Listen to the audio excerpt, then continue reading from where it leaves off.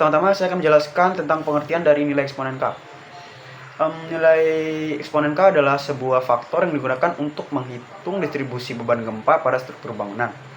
Terutama dalam metode statik ekuivalen, nilai K ini dapat mempengaruhi besarnya gaya geser yang diterima oleh struktur bangunan akibat beban gempa.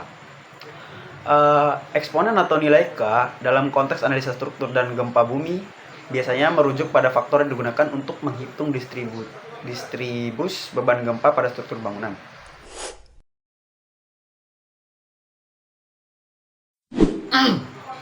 Baik, selanjutnya ada beberapa fungsi dari nilai eksponen K. Yang pertama ada menentukan pengaruh kecepatan gempa pada struktur. Kemudian ada mengakomodasi pengaruh karakteristik tanah. Selanjutnya ada penyesuaian berdasarkan tipe struktur. Kemudian ada menentukan respon dinamis struktur. Selanjutnya ada membantu dan menentukan koefisien daya dukung. Kemudian ada pengaruh skala gempa terhadap gaya yang diterima bangunan.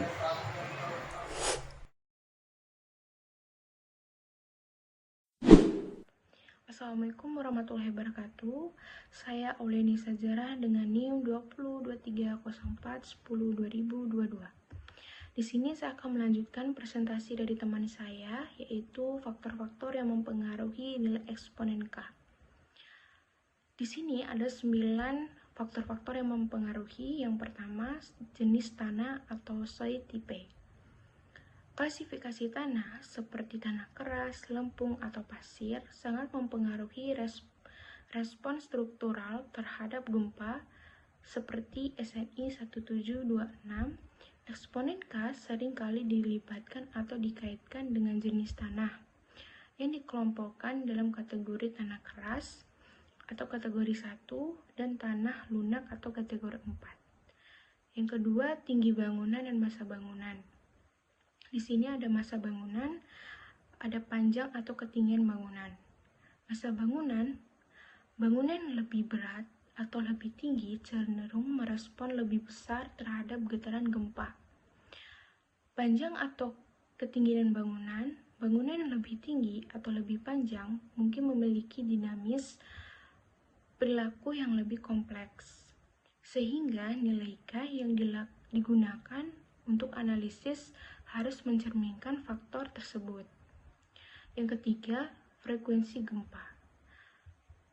Gempa dengan frekuensi yang lebih rendah atau gelombang panjang lebih cenderung mempengaruhi struktur yang lebih tinggi. Sebaliknya, dengan frekuensi lebih tinggi atau gelombang pendek mempengaruhi struktur yang lebih rendah atau yang kecil. 4. Periode getaran struktur. Setiap bangunan memiliki periode getaran alami atau waktu yang dibutuhkan untuk satu siklus getaran. Struktur dengan periode getaran yang lebih panjang biasanya akan merespon lebih besar terhadap gempa dengan frekuensi rendah. Yang kelima, kekuatan gempa. Kekuatan gempa mempengaruhi besar gaya gempa yang diterima oleh struktur. Semakin besar gaya kekuatan gempa, semakin besar gaya yang akan diinduksi dalam struktur, yang pada gilirannya mempengaruhi nilai K. Yang keenam, lokasi geografis. Jarak terhadap sumber gempa adalah semakin dekat bangunan dengan sumber gempa atau epicenter, maka semakin besar dampak getaran gempa yang diterima. Yang ketujuh, kondisi struktur. Daya tahan dan kekuatan struktur adalah bangunan yang lebih kaku, misalnya beton bertulang, cenderung merespon lebih besar terhadap gempa. Yang kedelapan, kondisi lingkungan dan perubahan iklim.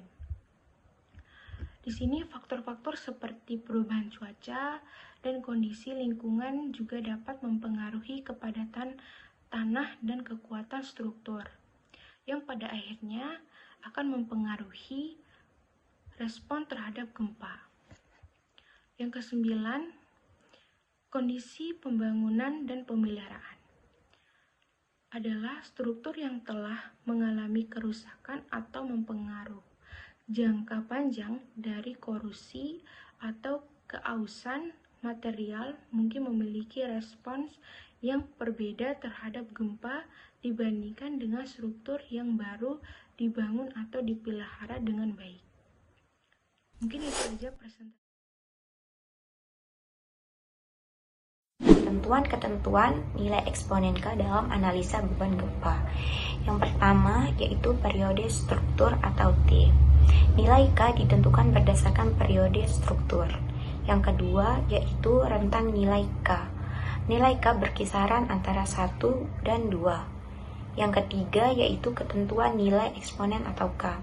Di sini ada dua. Yang pertama, jika T lebih kecil atau sama dengan 0,5, maka K-nya sama dengan 1. Yang kedua, jika T lebih besar atau sama dengan 2,5, maka K-nya sama dengan 2. Yang keempat, yaitu interpolasi nilai K. Untuk periode struktur yang berada di antara 0,5 dan 2,5, maka nilai K-nya dapat dihitung menggunakan interpolasi.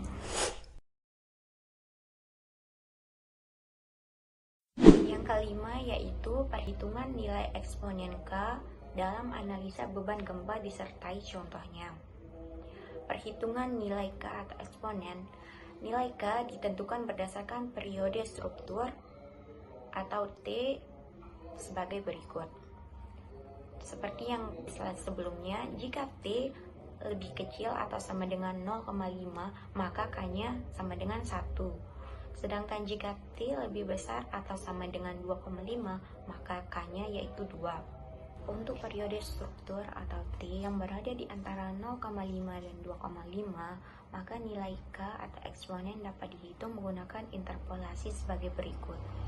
K sama dengan 1 ditambah buka kurung 2 dikurang 1 tutup kurung dikali buka kurung periode struktur atau T dikurang 0,5 tutup kurung lalu dibagi buka kurung 2,5 dikurang 0,5 tutup kurung.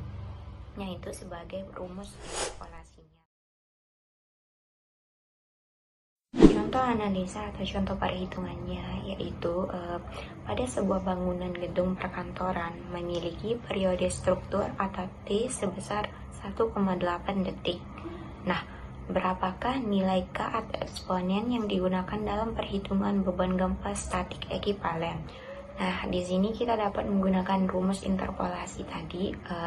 K sama dengan 1 ditambah buka kurung 2 dikurang 1 tutup kurung dikali buka kurung 1,8 dikurang 0,5 tutup kurung dibagi buka kurung 2,5 dikurang 0,5 tutup kurung. K sama dengan 1 ditambah 1 dikali 1,3 dibagi 2. K sama dengan 1 ditambah 0,65.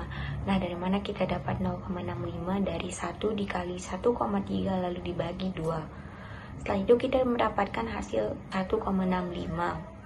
Jadi, nilai K yang digunakan dalam perhitungan beban gempa statik ekivalen untuk gedung perkantoran itu adalah 1,65.